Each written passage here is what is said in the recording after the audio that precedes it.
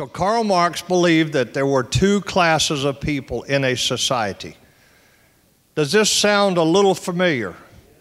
The 99% versus the 1%, which is absolute nonsense because that rules out the middle class altogether. But it's all part, this whole Occupy movement is all part of the Marxist theology. It's right out of the Marxist playbook. So you've got the bourgeois versus the proletariat. And here's what Karl Marx believed in. He believed in class warfare. It has to occur in order to create the conditions that lead to revolution. Marx was a revolutionary. Now, in many cases, Marx pushed for armed revolution. That's what he wanted. And most revolutions, Marxist revolutions, have actually started with an armed clash between the bourgeois and the proletariat. In our case, it is a cultural revolution that is occurring, but it is Marxism in a very pure form because it is class warfare. How much have we heard about it's only fair for the wealthy to pay their share? Now, you know, first of all, I've said this to you before, but this whole concept of fairness is sort of like beauty, and it's in the eyes of the beholder.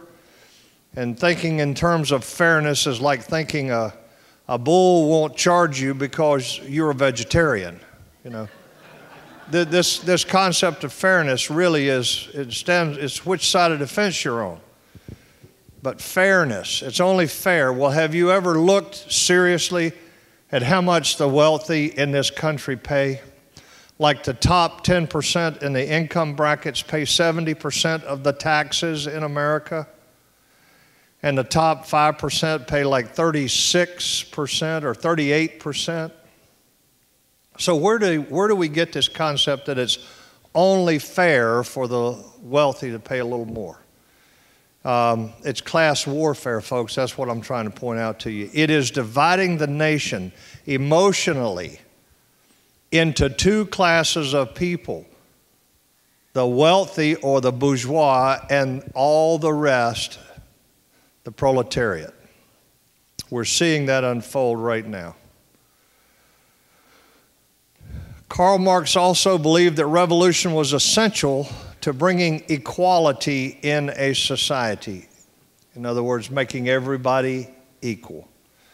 He thought that revolutionary leadership was essential only until the revolution had succeeded. You see, Marx, again, what Marx advocated can never be implemented and never has been implemented. But his theory was you bring about a revolution, there has to be radical, tough, committed leadership to lead that revolution, but then once the revolution is over, then everybody just sort of becomes the same. There's no central government, and everybody does what's right to take care of their neighbor. Does that sound like the nature of mankind? This is such, I mean, my goodness. It's never, look at Katrina. Look how people acted in Katrina when there was nobody to maintain control. Look what happens when man is without God and when man is left to his own devices. Look at how evil mankind can be, because the prince of this world is Satan. And we are influenced as humans by that. And then after the revolution, there would be no central government.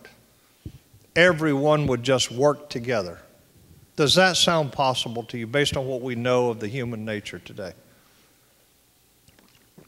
It won't work. It never has worked. Now, this is what Karl Marx said. Religion must be destroyed. He said religion is the opiate of the masses. They get high on religion. And he also made the statement, my objective is to dethrone God and to destroy capitalism. Right? Dethrone God and destroy capitalism. You could not have a God from which our rights come in Karl Marx theology. You have to get rid of God. Does it make more sense now why the Christian faith, the faith upon which this nation was founded, is under such an attack today? It is because of this movement towards the theology of Karl Marx. You have to get rid of God so that we don't have anyone to rely on other than the elite that ultimately surface in an environment of a Marxist revolution. And that elite is normally the party. Karl Marx, he said, people will govern themselves without a central government. People are instinctively good and will do what is necessary for the greater good of their society. It is the most ungodly theology. It is just absolutely ungodly. No private ownership. He made the famous statement, from each, according to his abilities, to each, according to his needs. One of Karl Marx's most famous statements. We'll take from one group who have the ability to produce and will give to another according to their needs for what this group has produced. Income, consumer products, wealth, we'll take from this group and we'll give to this group. Is this sounding vaguely familiar to what's happening in America as we see this unfolding? And then Marx said his ultimate objective was a utopian society that was classless. A classless, a utopian society. It's never been achieved, and it is incredible to me the number of people who still subscribe to this theology. It has never been achieved. It's never worked. No one's ever gotten there. And all these revolutions that have occurred have ultimately wound up with an elite class ruling over everybody else. And that's what will happen in America. It will be called the federal government if we do not stop it. Here was his theme. Workers of the world unite. Organized unions are the solution. Have you seen all you need to see on the influence and the power and the direction of the unions in America today? Okay? Workers of the world unite. Sound like the Occupy Wall Street movement a little bit? Right out of the Marxist playbook.